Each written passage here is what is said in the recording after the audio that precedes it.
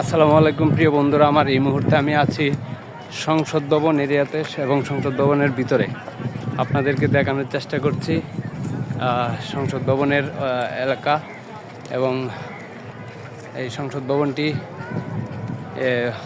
যেখানে নিরাপত্তার চাদরে ঢাকা ছিল গতকালকেও, সেই সংসদ ভবনটি আজকে পরিত্যক্ত অবস্থায় আছে।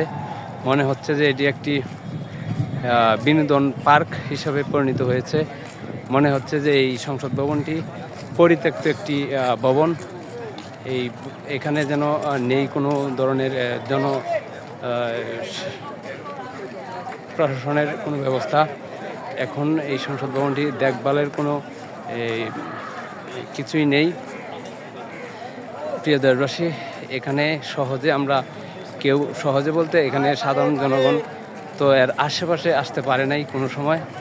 আজকে এই মুহূর্তে এই সংসদ ভবনটি একটি বিনোদন পার্ক হিসেবে পরিণত হয়েছে। এখানে সকল ধরনের মানুষ, সকল শ্রেণীর মানুষ এখানে ঢুকতে পারছে।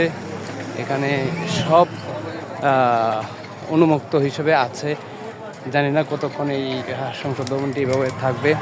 এই সংসদ ভবনটি দেখেন, সবাই সংসদ ভবনটিকে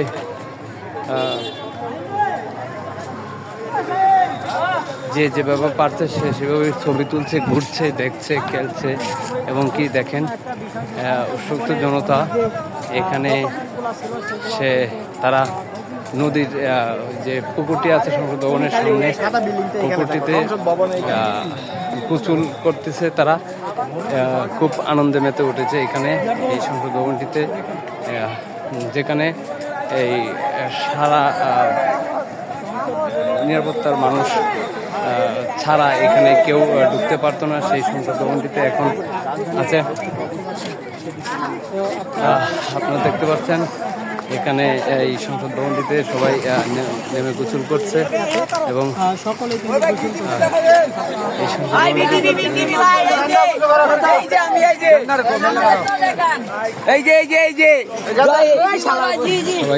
গোসল করছে, আনন্দ নিতে হচ্ছে। স্বাধীনতা পেয়ে স্বাধীন খুব ভালো লাগছে ভাই, ভিতরে খুব অনুভূতি খুব সুন্দর। এর আগে কি কখনো সংসদ ভবন এরিয়াতে ঢুকছিলেন? না না ভাই, ঢুকেন নাই। আচ্ছা, আজকেই ফার্স্ট।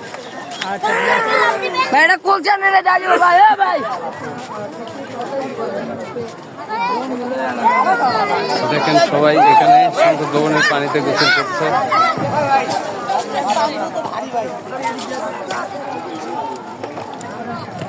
আমরা আপনাদের দেখানোর চেষ্টা করছি। ভাইয়া, আপনি কি এখানে আর কোনো সময় আসতে পারছেন? কোনো সময় এটার ভিতরে ঢেলে আসেন, এখন আসতে পারছেন?